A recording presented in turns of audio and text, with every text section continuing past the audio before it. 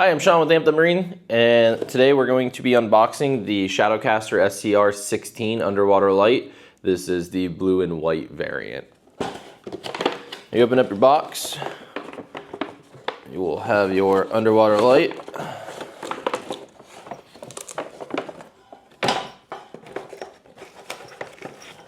Inside the box will be mounting hardware.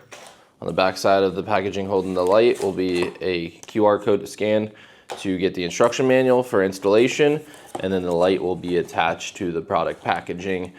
You will have your long cable.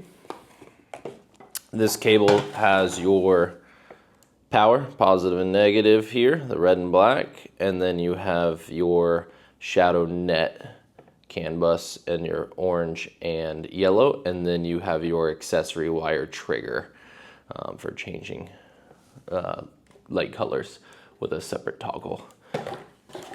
The light itself is a bronze housing, nice clear face to it. The hole is about a 1/2 inch on the back side. For the transom, this is a surface mounted light using 3 screws to hold it. The white light wiring is all sealed, and it has a nice thick protector right here for when it's going through the hole or transom.